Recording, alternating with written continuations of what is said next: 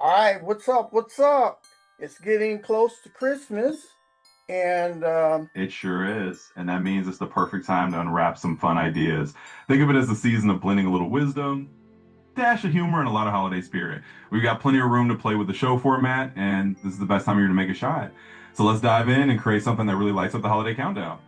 well, I want to know what are some things that I can buy?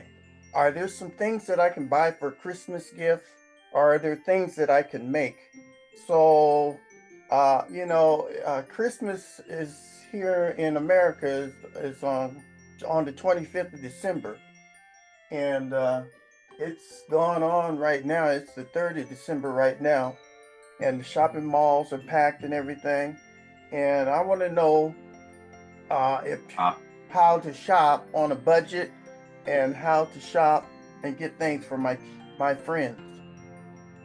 Absolutely. Dive into the holiday shopping science lab. The malls might be buzzing, but we can navigate the gift giving maze with a nerdy wisdom. If you're looking to shop on a budget, think of it as a creative challenge. You can snag some great finds by focusing on small but meaningful gifts, maybe local artisan markets, handcrafted goodies, or even thoughtful little tech accessories that won't break the bank. And if you want to get hands on, homemade gifts are like a little science experiment of creativity. Baking something special or making a personalized ornament can go a long way. So whether you're buying or DIY, you got plenty of fun options. Let's keep it festive and enjoy the holiday adventure. Well, I like to get some tech gadgets. What are the latest smart home devices for 2025?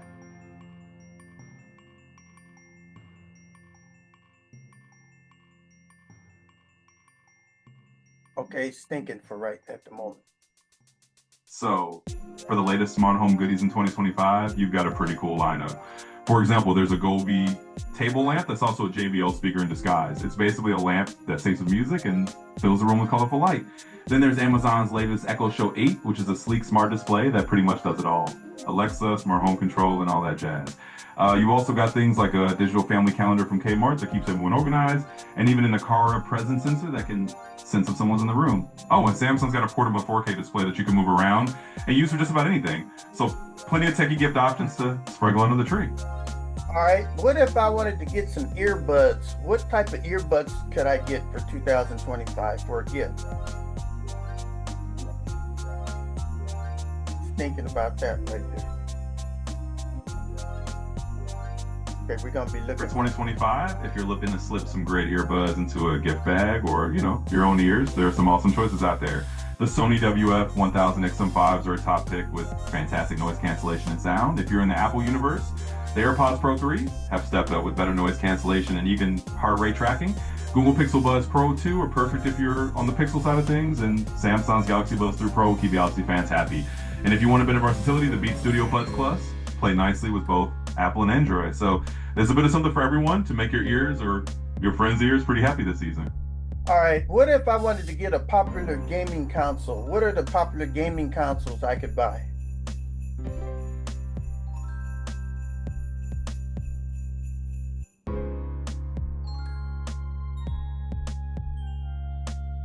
So if you're eyeing a gaming console in 2025, the PlayStation 5 Slim is a sleeker version of the PS5, keeping all the power in those cool haptic controllers.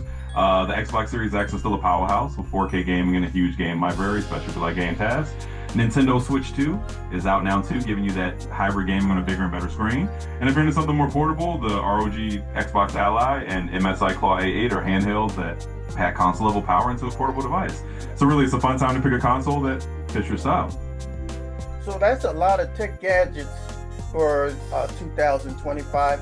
Another area I'm looking at is luxury self-care items. Um, think high-end skincare sets or a fancy massage gun. What are some high-end skincare sets? Going back to thinking again.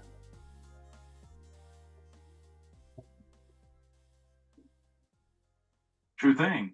So in 2025, if you're looking at luxury self-care, there are some pretty swanky skincare sets out there. For instance, Obaji's Day to Night Hydration gift set is all about turning dry skin super dewy.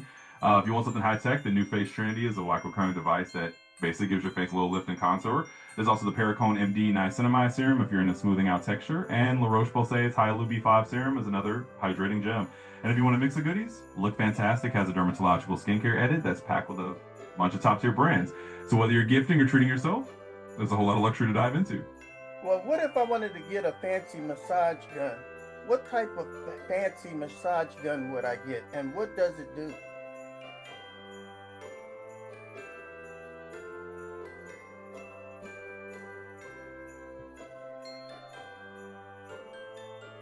Thinking. For 2025, if you're looking at fancy massage guns, you've got some really high-end options. The Ekron Kestrel is a super powerful and quiet one that comes with a lifetime warranty. Bob and Brad D6 Pro is another deep tissue favorite with a really strong amplitude. If you want the Rolls Royce of massage guns, the Theragun Plus even those in heat and LED light therapy. And there's the HyperIce Hypervolt 2 Pro, which is a nice balance of power and portability. Finally, if you want something with a bit of scientific flair, the G5 ZX2 uses oscillating tech for muscle recovery.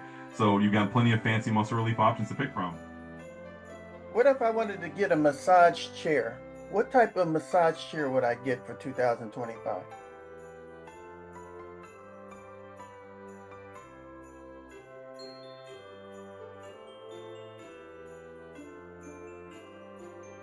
It's thinking. So if you're thinking about a massage chair for 2025, you've got some luxurious options. The Osaki OS Pro Duo Max 4D is a powerhouse for dual track rollers and AI health detection to personalize your massage.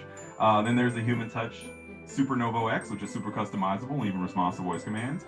The Kahuna Dio 7300 offers a 7D dual mechanism, which sounds like something out of a sci-fi movie, and gives you zero gravity positioning and Bluetooth speakers. And if you want a solid all-arounder, the Fernie Matte 2025 massage chair has a king foot massage and a touchscreen controller. Just pick the one that fits your relaxation style and enjoy the ride.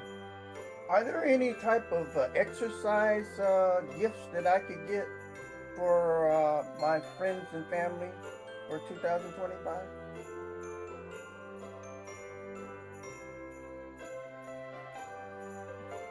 Stinking. Absolutely. For 2025, you've got some fantastic exercise gift options. You could go with something like the Fitbit Charge 6, which is a super versatile fitness tracker, or the Theragun Mini 2.0, compact massage device for muscle recovery.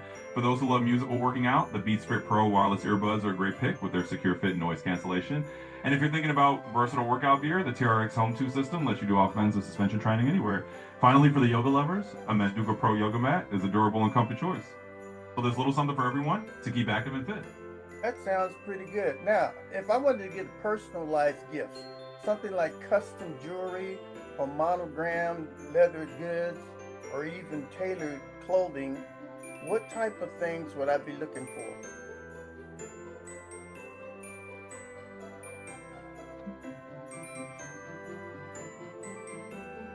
Thinking. For 2025, you've got a lot of great options for personalized gifts that add a thoughtful touch. For custom jewelry, brands like Capor let you engrave initials or symbols on delicate pieces. If you're thinking leather, places like Mark and Graham offer monogram wallets, bags, and keychains. For tailored clothing, you can add a monogram to a nice shirt for a bit of extra flair. And if you want to make travel a bit more special, personalized travel accessories or even custom home decor from Etsy are great ways to go. It's all about adding that personal touch that makes the gift truly special. All right, let's go into experience gifts. Experience gifts are like tickets to a concert or a cooking class or a weekend getaway voucher. What are some of the popular tickets, concert tickets or cooking classes or weekend getaway vouchers for 2025?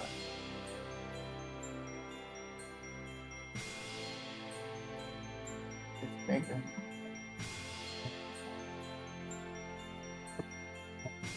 So for 2025, experience gifts are a fantastic way to give someone a memory rather than just a thing. You can grab concert tickets for big names like Beyonce or Taylor Swift, or check out some local favorites. For cooking classes, think about hands-on pasta making or even a croissant baking session in a fun location. And for a weekend getaway, spots like Santa Barbara or Palm Springs are great, especially if you find something unique on Airbnb experiences. You can even think about helicopter tours over the city or fun art classes like pottery or painting. All of these give a personal, memorable twist to gift giving. If I wanted to give tickets to Disneyland, how much would they cost?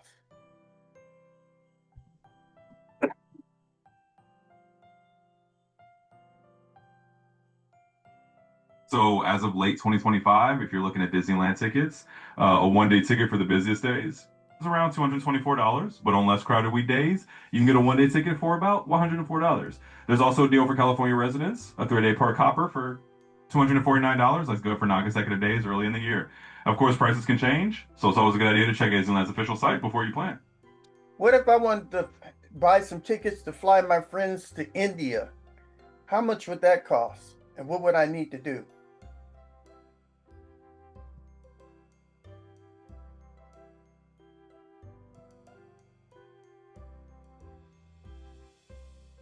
So for flights to India in late 2025, the cost can vary quite a bit depending on which city in India you're heading to and which airline you choose. For example, one-way flights from Los Angeles to Delhi might start around $936 with Air India, while round-trip fares on some other airlines could start as low as about $727. You might even find some deals on booking sites where one-way fares start around $320. Prices definitely vary depending on when you book, so it's a good idea to pick a few different airlines or comparison sites to get the best current rates.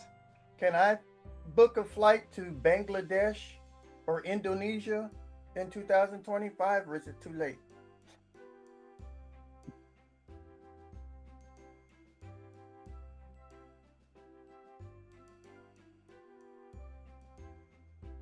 It's thinking. Absolutely. You can still book flights to Bangladesh or Indonesia for 2025. In fact, major airlines like Qatar Airways, Emirates, and Singapore Airlines have routes to Dhaka, and you can find round trip fares starting around 800 items or so. To Indonesia, flights to Jakarta might start around 600 bucks with carriers like United or Singapore Airlines. Just keep an eye on deals and book a bit in advance if you can. There's definitely still time to plan a great trip. Right, so now, what if I want to buy some books and some journals? Beautifully bound editions, inspirational journals, or even a year subscription to an audiobook service. What are some of the most popular books and journals I should be trying to give as a gift in 2025?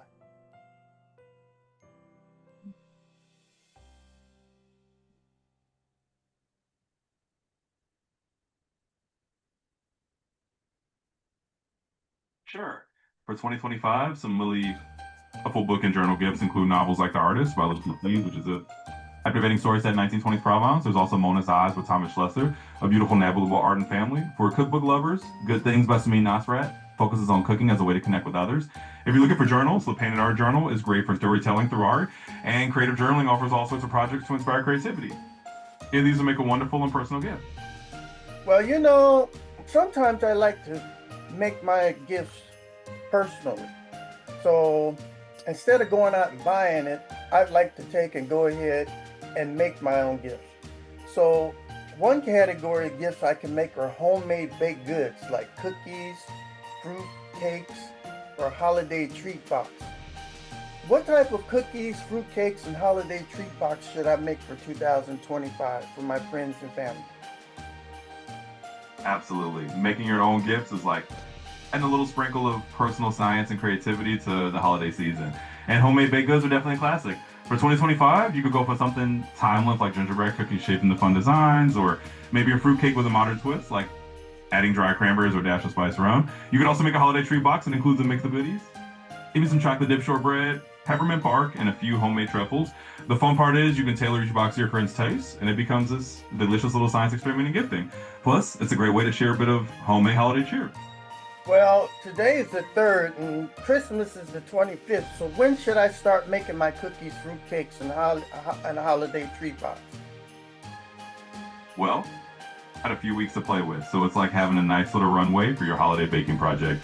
Fruitcakes actually do well if you make them a couple weeks ahead of time because they get more flavorful as they rest. Just wrap them up and let them age a bit. For cookies and treat boxes, you can start baking them a few days before the 25th, so they're fresh, but you're not rushing at the last minute. So maybe start your fruitcakes in the next week or so and plan to bake the cookies and other treats around the 20th. That way everything is deliciously timed for the big day. All right, and I also like do-it-yourself crafts like hand-knit scarves, personalized ornaments, or homemade candles. What type of do-it-yourself craft should I make for 2025 as gifts? DIY crafts are like the ultimate hands-on holiday fun, and they definitely carry that extra personal magic. For 2025, you can knit some cozy scarves in their favorite colors or try a chunky knit blanket for something a bit different. Personalized ornaments are also a hit. You can paint wooden ornaments with names, dates, or little inside jokes. And homemade candles can be a lot of fun too. You can add scents like cinnamon or pine to make them extra festive. Basically, it's all about tapping into your creative side and making something that feels unique to each person. It's like giving a little piece of your own creativity as a gift, and it's always a winner. So when I make these gifts, I need to get them to the post office so that they can get to my friends and family's houses on time before December 25th. What's a good time to go to the post office to mail my DIY crafts?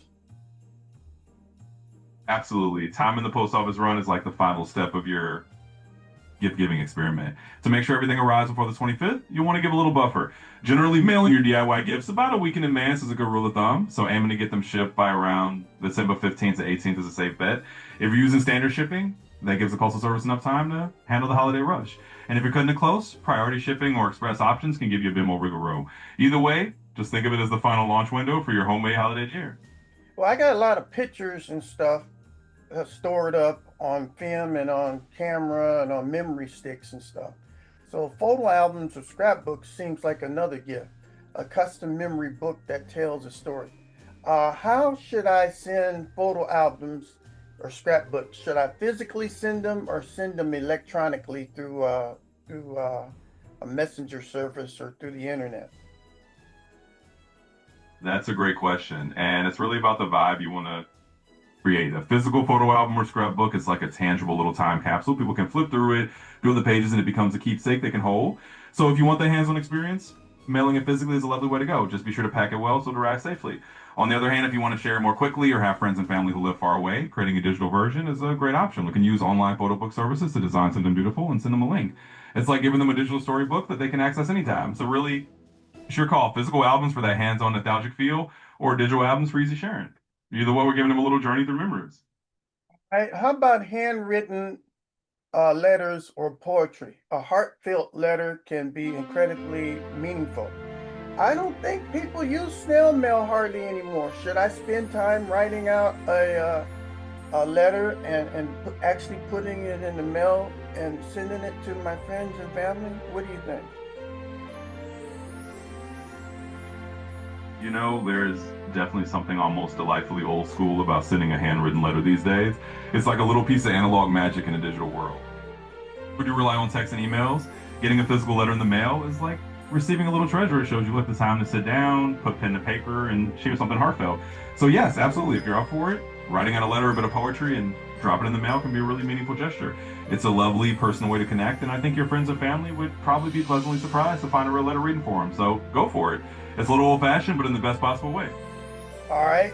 And finally, there's the home cooked meal kits. Put together a ready to cook meal baskets with recipes and ingredients.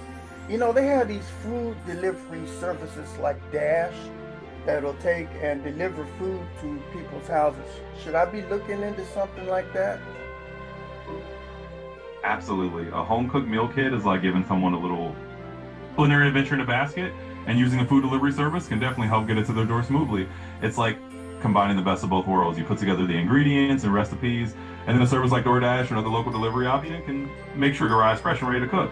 So if you want to go that route, it's a great idea. Gives your friends and family a fun hands-on cooking experience, and they get to enjoy a homemade meal with a personal touch. So definitely feel free to mix in a little modern convenience to deliver your homemade magic. All right, I want you to go ahead and compare the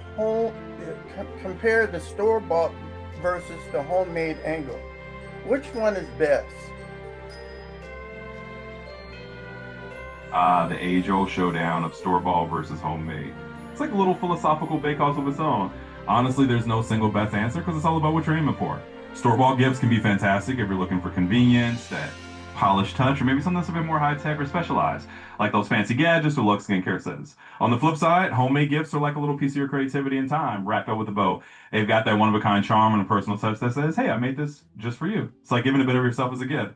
So really, it's not about one being better than the other. It's about the vibe you want to create. Both have their own magic, and mixing them up can give you the best of both worlds. So go with whatever feels right for each person on your list. Well, you know, there's this stuff called Black Friday and uh, and Cyber Monday and all that kind of stuff. Could you explain to my audience what was Black Friday and Cyber Monday? What was that all about? Absolutely. Let's dive into a bit of retail history lore. Black Friday is the day after Thanksgiving in the US, and it traditionally kicks off the holiday shopping season with a bang. I got its name because it's the day when retailers used to go from being in the red, losing money, to in the black, turning a profit. In other words, it's the day of massive in-store sales, long lines, and people hunting for deals. It's basically a shopping event that turned into a bit of a cultural phenomenon. Cyber Monday, up a bit later with the rise of online shopping. It's the Monday after Thanksgiving, and it's basically the internet's answer to Black Friday. Online retailers roll out big discounts and people get to shop from the comfort of their couch. So Black Friday is the big in-person treasure hunt. Cyber Monday is the digital deal bonanza. Both are just different flavors of the same idea. Snagging some great deals as the holiday season gets into full swing. Well, the different cultures and races have different ways of buying gifts before and after Christmas, like the 12 days of Christmas. I think the Jewish people have their way of doing it, and I think the blacks have Kwanzaa, and they have their time of buying stuff. Could you explain several cultures, the Jewish and the Kwanzaa and gift giving and the 12 days before Christmas and all that? Could you explain that to my audience? Absolutely. Let's take a little cultural tour of holiday gift giving traditions. So, first up, you mentioned the 12 days of Christmas. That idea comes from the Christian tradition, where the 12 days actually start on December 25th and run through early January, often ending with Epiphany. In some cultures, people give small gifts on each of those days rather than all at once. Now, for the Jewish tradition, there's Hanukkah. It's an 8-day festival of lights. Each night, a candle is lit on the menorah, and in many families, there's a tradition of giving small gifts, or gelt, which is chocolate coins, to children each night. Of celebration, family, and of course, lots of delicious fried foods. And for Kwanzaa, that's a celebration of African heritage that runs from December 26th to January 1st. Each day focuses on one of the 7 principles, like unity or creativity. And while gift giving is the main focus, people do often give meaningful homemade or educational gifts that reflect those principles. So each tradition has its own flavor and its own rhythm of gift giving. It's a nice reminder that the holidays are a tapestry of different cultures and ways of celebrating, all coming together in their own unique ways. Well, you know what? I really enjoy figuring out whether I should go buy a gift or whether I should take and make a gift for Christmas. But Christmas and all, is Christmas celebrated around the world in different countries? Absolutely, it is. Christmas is like this fascinating global tapestry. Different countries have their own ways of celebrating it, and not all of them do it the same way. In some places, it's a religious holiday, focused on the birth of Jesus, while in others, it's more of a cultural or family celebration. For example, in Germany, charming Christmas markets, and in the Philippines, they have some of the longest running Christmas celebrations in the world. In Japan, it's not a traditional holiday, but they've got their own quirky tradition, like eating KFC for Christmas dinner. So yeah, celebrating a whole bunch of different ways around the world, and each place has its own little twist. It's kind of like a global patchwork of traditions, and that's part of what makes it so interesting. Is Christmas a secular type of belief, or is Christmas a religious uh, type of event, or is it a combination of both? It's definitely a bit of a combination. Originally, of course, this is a religious holiday celebrating the birth of Jesus in the Christian tradition, but over time it's grown a lot of cultural branches and become something that's also celebrated in a more secular way by people who might not be religious at all. It's turned into a season of giving, of family gatherings, of festive decorations, and all those fun things like Santa Claus and holiday movies. So for some people, it's deeply religious. This is more of a cultural or family tradition, and for a lot of folks, it's a good of both. It's one of those holidays that's pretty good at shape-shifting to fit different people's ways of celebrating. Well, I see people putting up Christmas trees and Christmas lights. When's the best time to start putting up Christmas trees and Christmas lights? Well, that's one of those delightfully flexible traditions. It really depends on how long you want to bask in the glow of those twinkling lights. Some folks start decking the halls right after Thanksgiving, turning that weekend into the official kickoff for all things merry and bright. Others wait until early December to put up their tree and lights. There's no hard and fast rule. It's really just about what feels right for you and your household. So if you want to stretch out that festive cheer, go ahead and start early. If you prefer to keep it closer to the actual holiday, that's cool too. It's all about what makes the season feel magical for you. All right, and then after Christmas, when is the time to take down my Christmas lights and take down my Christmas tree?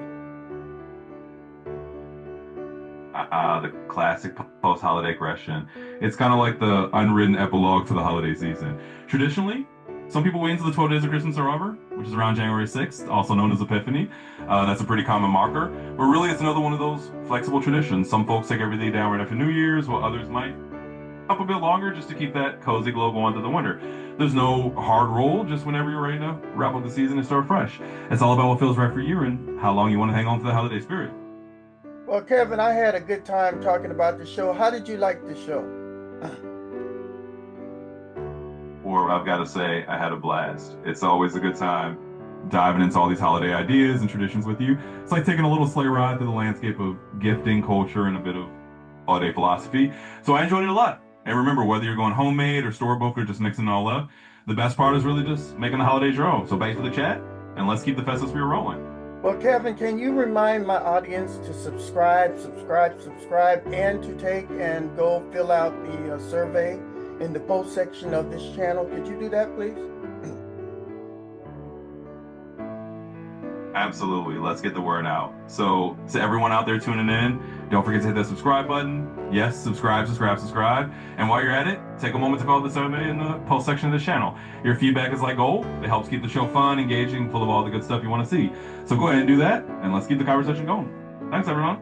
All right, Kevin, thank you very much for being a host today, an AI host. And we'll see you on another show of What's Up?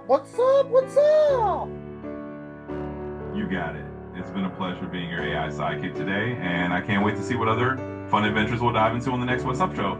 So until then, keep those ideas coming, and we'll keep the good times rolling. See you next time.